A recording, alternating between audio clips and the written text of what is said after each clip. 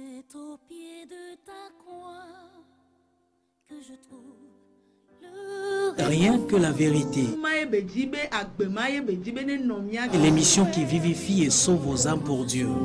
blotti dans tes bras. Suivez désormais votre émission Rien que la vérité avec votre servante, l'évangéliste Virginie Séonou, tous les mercredis de 22h à 22h30 sur la RTDS. Bienvenue donc à ce rendez-vous de rencontre exceptionnelle avec le Seigneur Jésus-Christ. Nous remercions Dieu le Père qui nous a encore tant aimés et que nous écoutions sa voix, écouter de lui pour nourrir nos âmes avec. Que le Seigneur nous bénisse de ce que nous sommes à l'écoute. Nous avions parlé d'un certain terme qui est sur Jésus-Christ. Sur Jésus-Christ. Et nous disons que sur Jésus-Christ consiste à croire en Jésus-Christ et nous consacrer à lui entièrement et renoncer à nous-mêmes. Et nous avions dit, et la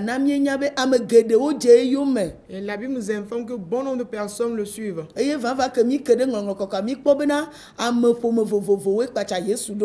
en vérité, en sondant les Saintes Écritures, on remarque que beaucoup de personnes ont suivi Jésus-Christ. Et on avait vu certains groupes de personnes qui l'avaient suivi. Le premier groupe, nous l'avions vu dans Jean 6, le verset 64. Que ceux qui ne croient pas en Jésus-Christ, Jésus dit qu'ils les connaissent depuis le commencement. Et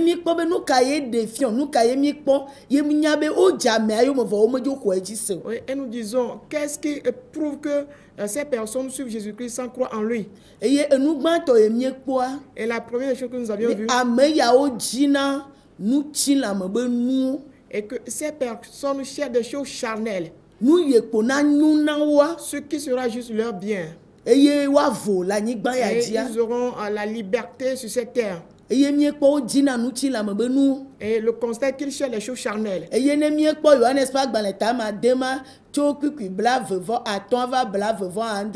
toujours dans ce Jean 6, le verset 25 à 27,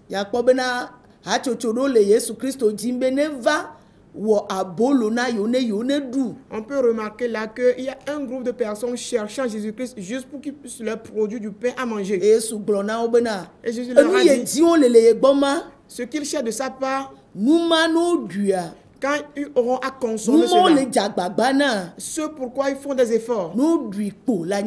Si ils consomment juste cela sur cette terre, ils mourront. Et leurs âmes ne verront pas la face du Seigneur.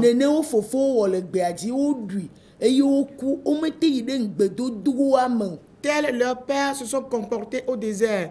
Et ils sont morts, ils ont bien mangé, mais ils sont morts, ils n'ont pas pu atteindre la promesse, la terre de promesse.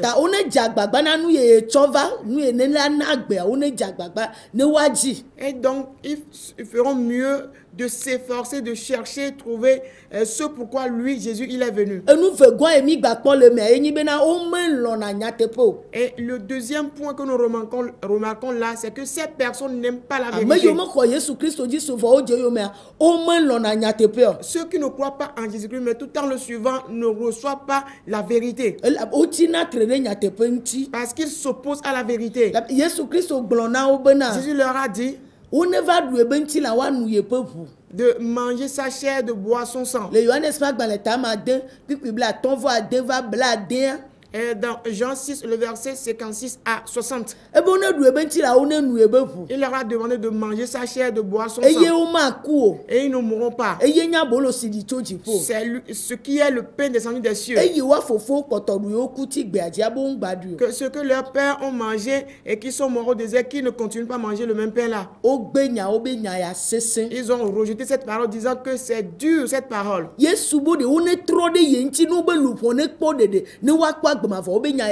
Jésus leur demande de se tourner vers lui afin que leurs âmes aient la vie éternelle et le salut. Ils ont dit non, pas question.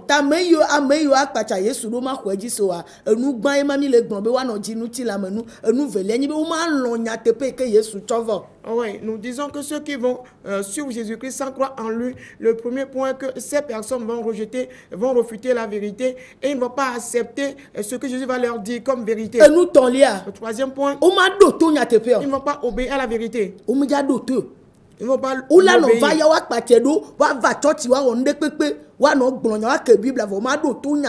oui, ils vont venir à l'église, ils vont tout faire, mais ils ne vont pas obéir à la vérité. Eye Galate topa gbaleta ma tonku kwa ma andra gbona mi fudu nue kake ameke khemona mi be mi gbado to nya tepe.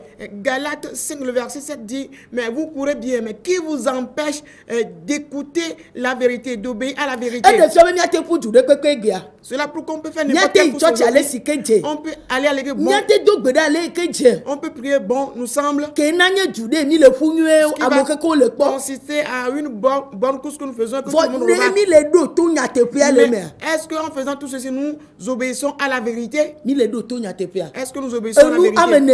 Le quatrième point. Que de telles personnes, ils se séparent de Jésus. Ils se retirent. Ils se mettent à l'écart. Ils se retirent. Ils se rétrogradent.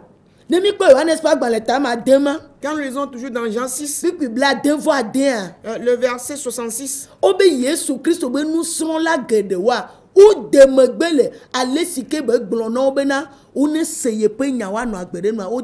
Il est dit là que beaucoup de disciples de Jésus-Christ se sont retirés de lui. Pourquoi? Parce qu'il leur demande d'écouter la vérité et de vivre conformément à la vérité. Ils se sont rétrogradés.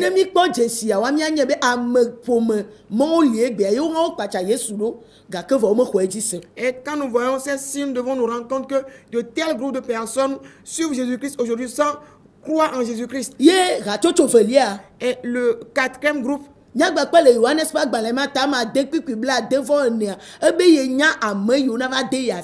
nous pourrons le remarquer toujours dans Jean 6, le verset 64. Il dit qu'il connaît d'avance ceux qui vont le livrer.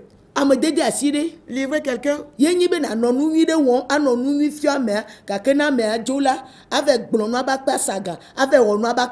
Cela consiste à quoi? Tu enseignes une bonne chose à quelqu'un, un bon comportement à quelqu'un, mais à son départ de toi, il fera le contraire de ce que tu lui dis, ou bien il raconte des choses contraires à ce que tu lui enseignes. Ou bien te calmer, te dire de mal de toi. Ou bien te chercher du mal. Oui, la personne te livre de la sorte. Et nous verrons cet exemple dans la Bible. Nous l'avions déjà vu la dernière fois. Nous l'avions déjà vu.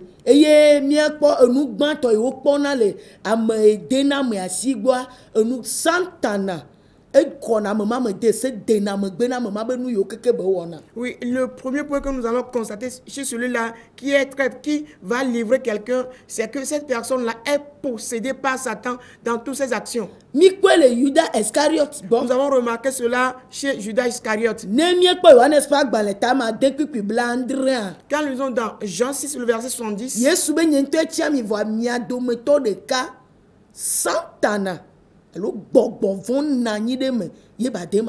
et Jésus dit là que c'est moi-même qui vous ai choisi, mais un parmi vous est possédé par Satan ou le démon, et c'est lui qui me livrera. Il dit un parmi vous est possédé par Satan de son cœur et il me livrera. Et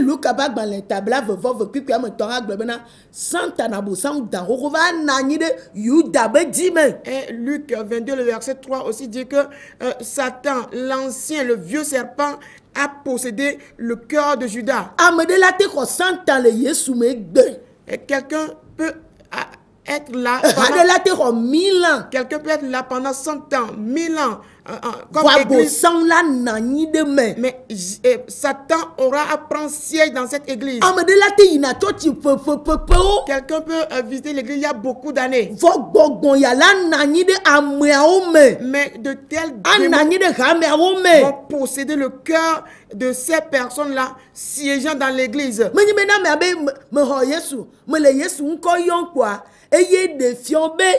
Et ce n'est pas que quand la personne, quelqu'un dit j'ai reçu Jésus-Christ, je suis Jésus-Christ, cela signifie d'emblée qu'il est en train de suivre Jésus-Christ.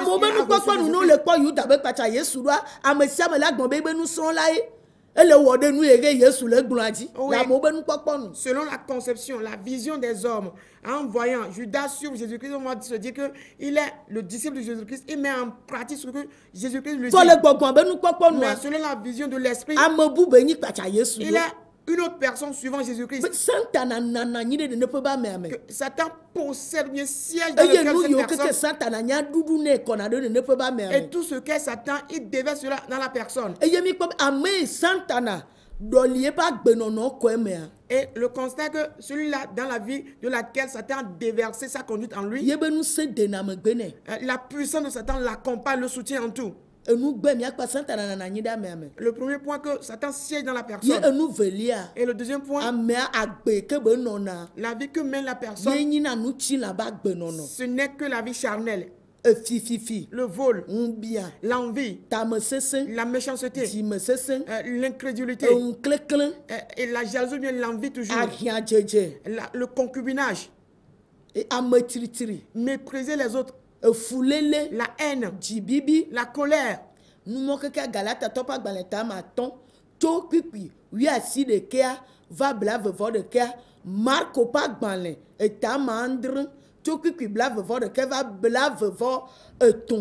Oui, tout ceci, on pourra les remarquer dans Galates 5, le verset 19 à 21. Et également dans Marc 7, le verset 21 à 23.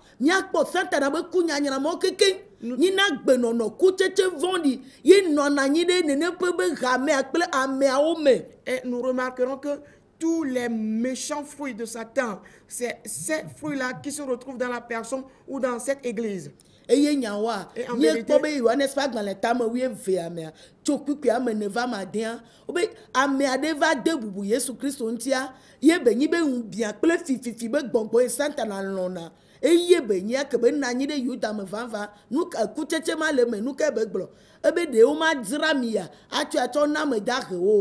la remarque, c'est dans Jean 12, le verset 4 à 6. Il est dit là-bas que, étant donné que Judas est possédé par cet esprit de vol et d'envie, dès que quelqu'un est venu honorer Jésus-Christ, qu'est-ce qu'il a fait? Il a dit que avec le parfum là, avec lequel on a honoré Jésus, pourquoi ne va-t-on pas vendre ce parfum-là pour qu'on puisse donner l'argent aux pauvres?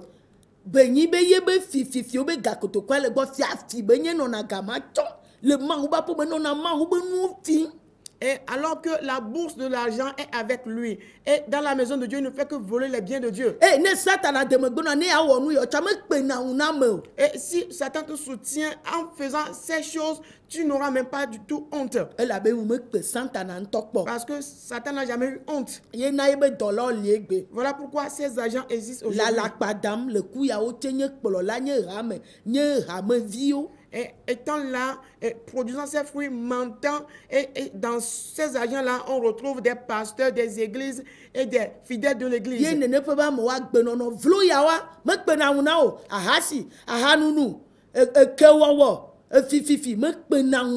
Et pour ces personnes-là, ces conduites-là ne les dérangent pas. L'adultère, l'ivrognerie, le vol, l'envie, la colère, toutes ces choses ne les dérangent pas.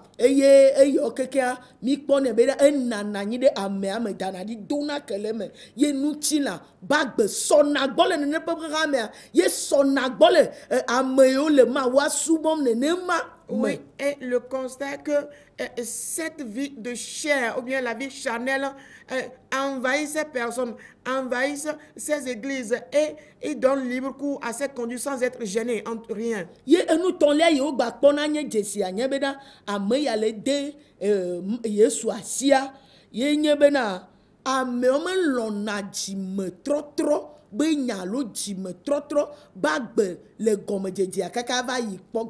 le troisième point qui les marque, c'est quoi? Ces personnes n'acceptent jamais la repentance. Les paroles qui poussent à la repentance, ces personnes ne les acceptent jamais. Du début de leur adoration jusqu'à la fin, ils n'acceptent jamais ces genres de paroles. Et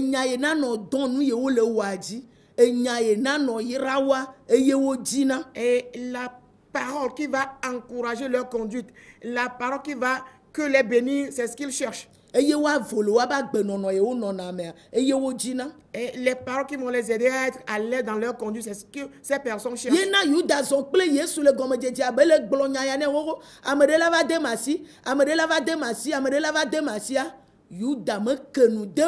Voilà pourquoi Judas était avec Jésus-Christ et Jésus-Christ répétait toujours ces mots. Quelqu'un va me livrer un jour, quelqu'un me livrerait.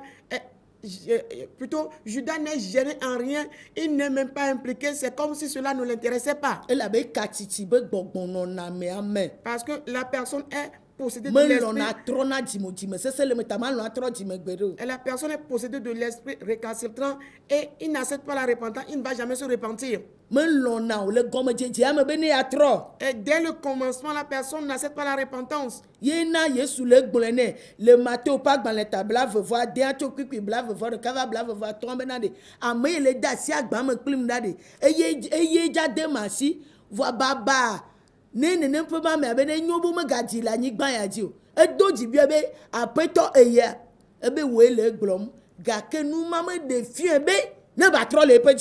c'est pourquoi Judas a toujours continué dans son courage négatif là, au point où quand Jésus lui dit dans Matthieu 26, le verset 21 à 25, que quelqu'un va me livrer et quelqu'un qui met la main dans le plat avec moi va me livrer. Il a eu le courage, il a eu ce cran-là de poser encore la question à Jésus-Christ. C'est moi, et Jésus le répliqua, tu l'as dit, mais cela ne l'a même pas gêné au point de renoncer à ce qu'il veut faire.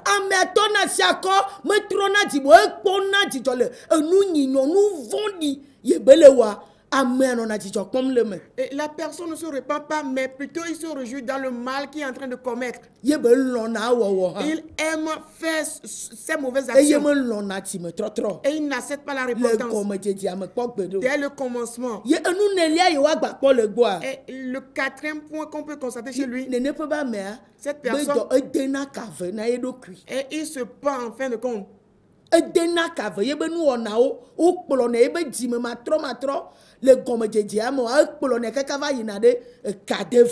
ça non repentant dès le commencement va le pousser à la fin à la pendaison.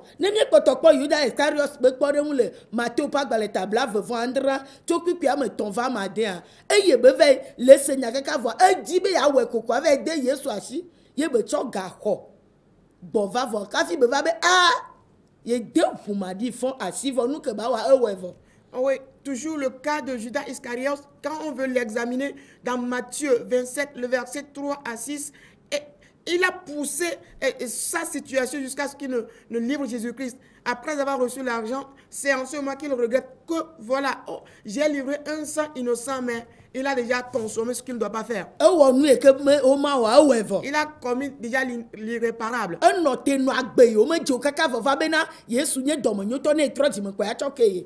il a eu le temps de mener ses mauvaises conduites jusqu'au point où il se dit, mais Jésus, il est très bon. Lorsqu'il va se repentir, Jésus est pardon. Mais il y a un temps pour toute chose. Il y a un temps pour toute heure sous les cieux. Et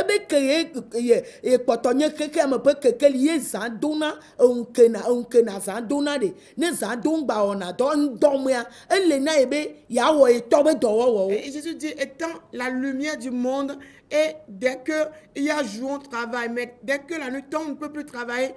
Au moment où il y a le jour, il va falloir qu'il fasse les œuvres de son Père.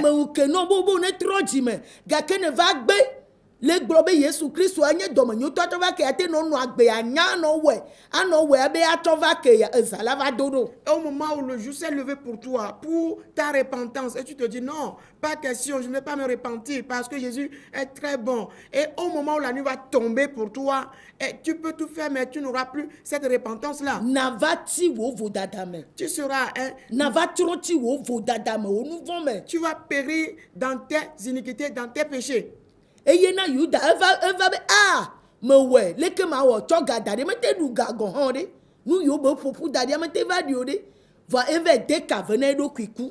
Oui, c'est pourquoi Judas a tout fait. Et après, il a dit, oh, j'ai constaté que je n'ai pas bien fait. Il a pris l'argent, il a jeté l'argent. Mais tout cela n'a rien changé. Il a dû se pendre.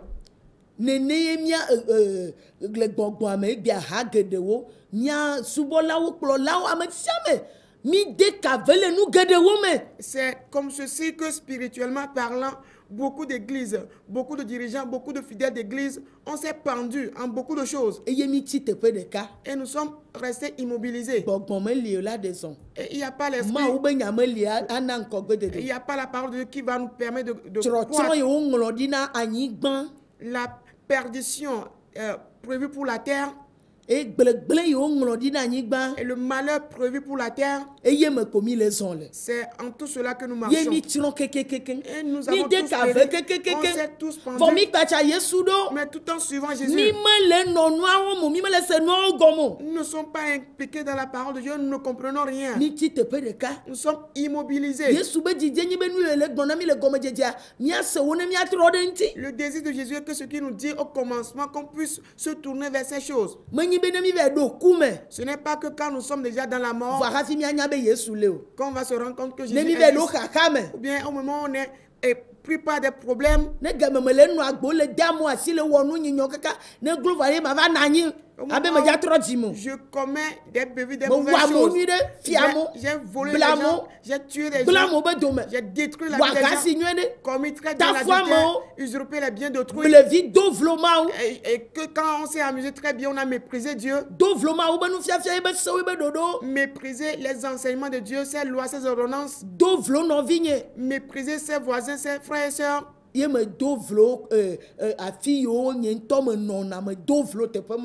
méprisé tous les lieux où je vis et j'ai méprisé tous ces lieux-là.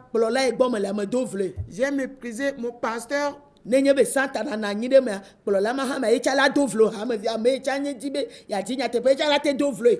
si le pasteur est possédé aussi par Satan, il va mépriser l'église et ceux qui veulent chercher la vérité. Et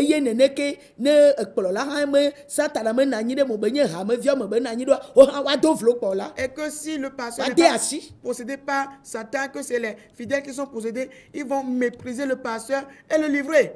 Et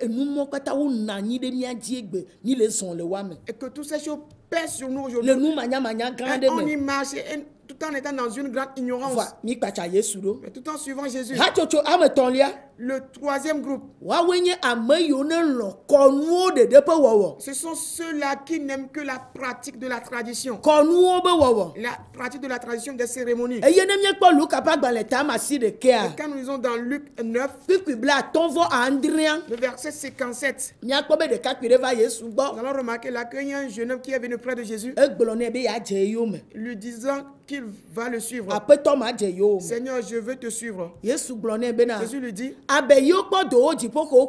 les renards des tanières, les oiseaux des cieux ont leur nid. Mais le Fils de l'homme n'a où reposer sa tête. Suis-moi donc. Le jeune homme lui répliqua, non, s'il en est ainsi, laisse-moi ensevelir mon père et ma mère avant de te suivre.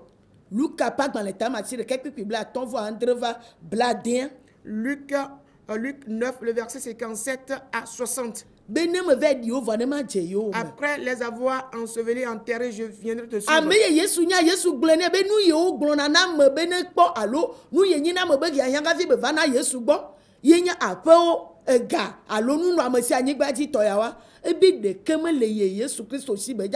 Jésus lui répliqua que mais tout ce que les gens cherchent à avoir avant de pouvoir tourner vers lui, les biens matériels, les maisons, ceci et cela, tout ce qui est bien matériel, chez lui il n'aura rien à trouver dans ce sens-là. Mais ce que lui possède, c'est de le suivre. De le suivre. Il lui a demandé d'aller enterrer son père et sa mère. Comme cela arrive à notre époque. Nous allons constater que nous suivons Jésus avec les traditions humaines.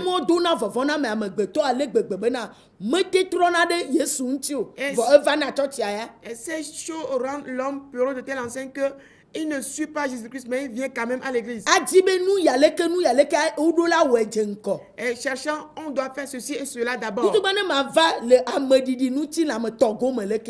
Par exemple, si je veux d'abord regarder enterrer un homme, aujourd'hui, nous avons établi dans la chrétienté ce qu'on appelle les funérailles. Dès que j'ai un décès dans ma famille, que les gens ne m'aident pas à l'enterrement, je ne vais plus venir à l'église.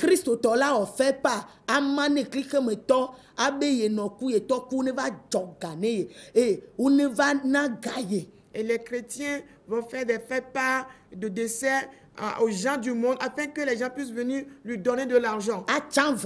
Et ils font des uniformes. Même si c'est un décès de très longtemps, les chrétiens vont célébrer les funérailles. Mon père est décédé, ou ma mère est décédée avant que je ne grandisse. On doit célébrer les funérailles.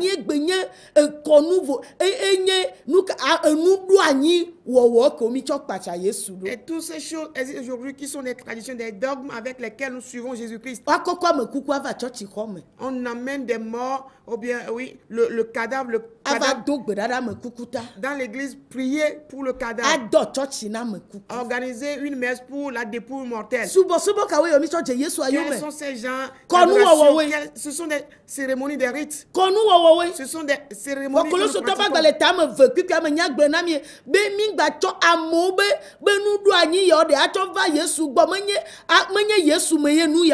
Or, Colossiens 2, le verset 8 nous interdit de ne pas d'amener les traditions humaines là dans l'adoration de Christ.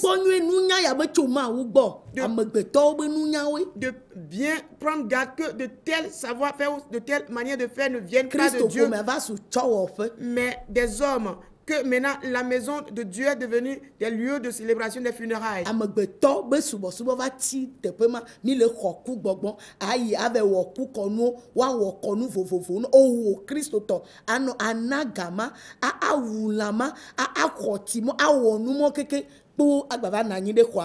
Et maintenant, la maison de Dieu est transformée en celle lieu où on invite l'esprit de mort, au point où même des chrétiens célèbrent ces funérailles et ils respectent toutes les cérémonies avec des libations, avec des animaux immolés, et ils reçoivent de telles cérémonies, de telle eau, et ils viennent encore regagner le temple.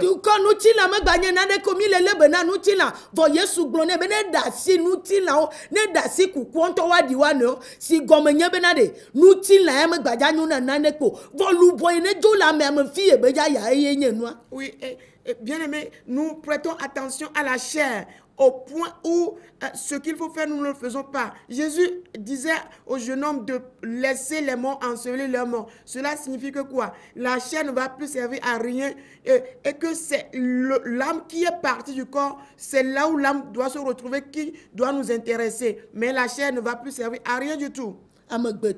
Les hommes se livrent à ce genre de choses aujourd'hui tout en disant qu'ils suivent Jésus-Christ. De laisser les morts enterrer leurs morts.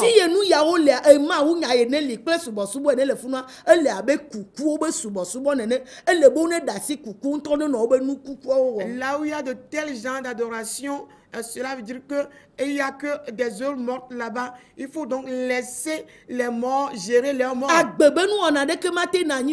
il n'y aura aucune trace de vie. Joseph,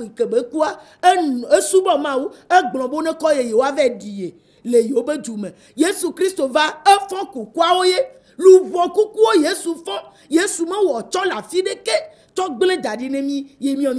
quels sont des gens qui ont entretenu dans la Bible ces genres de cérémonies de funérailles?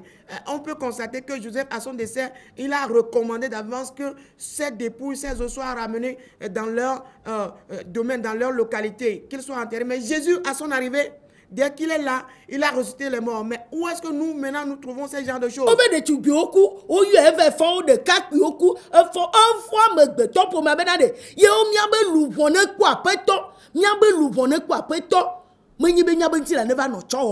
Oui, Jésus Quand les jeunes filles décèdent ou les jeunes hommes décèdent, Jésus se rend en ces lieux pour ressusciter ou bien ramener à la vie ces morts. En sorte qu'il nous dit par cela que pour que nos âmes vivent, que nos âmes soient ressuscitées, c'est ce qu'il recommande, non pas que nous entretenons les morts.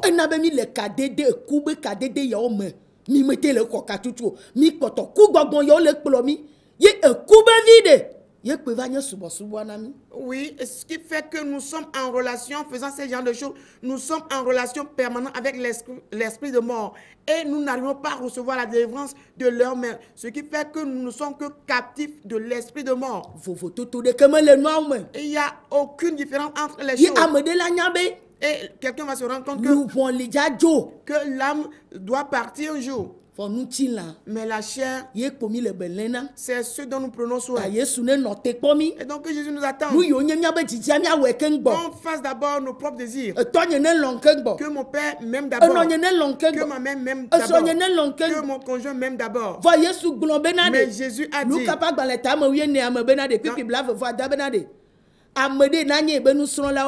Elle a gbenu le toit gbo enu agbo esun agbo eviawo gbo ye ntogon habagbe agbenu le gbo rafi anjeye yo manye ebenu sron la.